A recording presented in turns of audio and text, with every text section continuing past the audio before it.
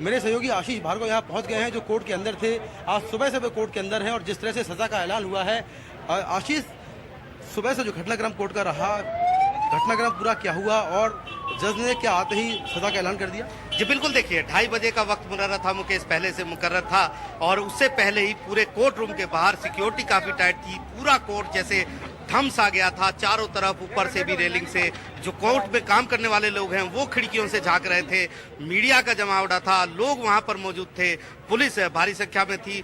ठीक 12:20 पर तमाम आरोपियों को लाया गया कोर्ट रूम के भीतर। उस समय जो जज थे वो योगेश खन्ना वो अपनी सीट पर नहीं बैठे थे, लेकिन जैसे ही 12:30 बजे जज योगेश खन्ना वो सीधे तौर पर अपनी सीट पर आए। 2:30 बजे माफ कीजिएगा, और सीधे अपनी सीट पर आए और उसके बाद उन्होंने आते ही अपना फैसला सुनाना शुरू किया। साफ तौर पर उन्होंने कहा कि जिस तरह दिल्ली में घटनाएं बढ़ रही हैं महिलाओं के प्रति, वो बिल्कुल समाज के लिए जीरो टॉलरेंस वाली घटनाएं हैं और जिस तरह ये घटना हुई, वो लड़की मरते दम तक उस लड़की के साथ अत्याचार किया गया जो रेयरेस्ट ऑफ द रेयर की श्रेणी में आता है। और जज साहब ने सीधे सीधे कहा कि I hang them all till death, यानी फांसी, सजाए मौत की सजा दी और उठकर चले गए। इसके बाद कोर्ट रूम में माहौल जो था, तालियों से तालियां बजने लगी। हालांकि जो आरोपी थे वो फकफका कर रोने लगे, लेकिन यही माहौल हमने बाहर देखा कि बहुत सारे लोग यहाँ पर खड़े हुए हैं जो कि फैसला आते ही बहुत खुश थे, क्योंकि ये वही लोग हैं जो पिछले 16 दिसंबर के बाद से लगातार प्रोटेस्ट कर रहे हैं, विरोध कर रहे हैं। तो उनके लिए एक बड़ा फैसला है। जी बिल्कुल बड़ा फैसला है। जिस तरह का माहौल हमने कोर्ट रूम के बाहर देखा, ऐसा माहौल किसी भी केस में इतने साल से हमने कभी नहीं देखा। जिस तरह कोर्ट रूम के बाहर माहौल था, कोर्ट में जैसे सारा काम बंद हो गया था, यहाँ तक कि पुलिस को सड़कें बंद करनी पड़ी, गेट बंद करने पड़े, तमाम इंतजाम करने पड़े और भीतर भी कोर्ट एक फैसला सुनने के लिए तमाम लोग इकट्ठा थे, चाहे वो कोर्ट के कर्मचारी थे या कोई बाहर के लोग थे।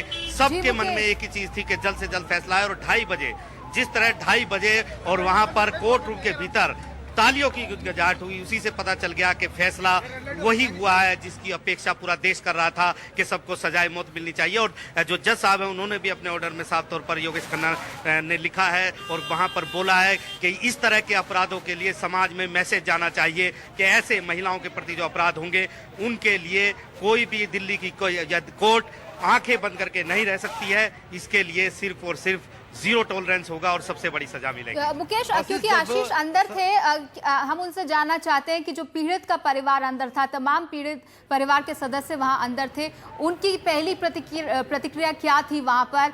वो कितने संतुष्ट थे इस पूरे फैसले से जो कि उनके मुताबिक आया है?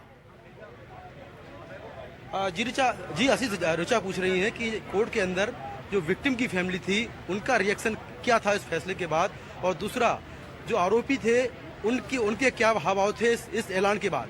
जी देखिए, जब आरोपियों इन सजा याफ्ताओं को कोर्ट में लाया गया था, उससे पहले जो विक्टिम हैं, पीड़िता हैं, उनके परिवार आकर बैठा हुआ था। 2:30 बजे का सबको इंतजार था। हालांकि उस समय बाकी के जो 3 थे वो बिल्कुल चुप थे, लेकिन जो मुकेश है, जो बस ड्राइवर था, वो लगातार पुलिस से, जो साथ में पुलिस वाले थे, उनसे बात कर रहा था, जानना चाहता था कि इसमें उसके का क्या होगा, क्योंकि उसको उम्मीद थी कि क्योंकि वो बस चला रहा था तो इसके लिए उसका अपराध कम होगा, उसको शायद ये उम्मीद रही होगी। लेकिन जिस तरह जज साहब ने आकर अपना फैसला सुनाया और सीधे तौर पर सजाए मौत की घोषणा की, उसके बाद जो सजा याफ्ता है वो फूट फूट कर रोने लगे। खासतौर पर जो विनय है वो फूट फूट कर रोने लगा। और इसके बाद लेकिन जो पीड़िता की फैमिली थी उनकी आंखों में आंसू आ गए और वो बड़े हम ये कह सकते हैं इमोशन, क्योंकि वो बार बार इस चीज की मांग कर रहे थे। उनकी यही मांग थी कि फांसी मिले।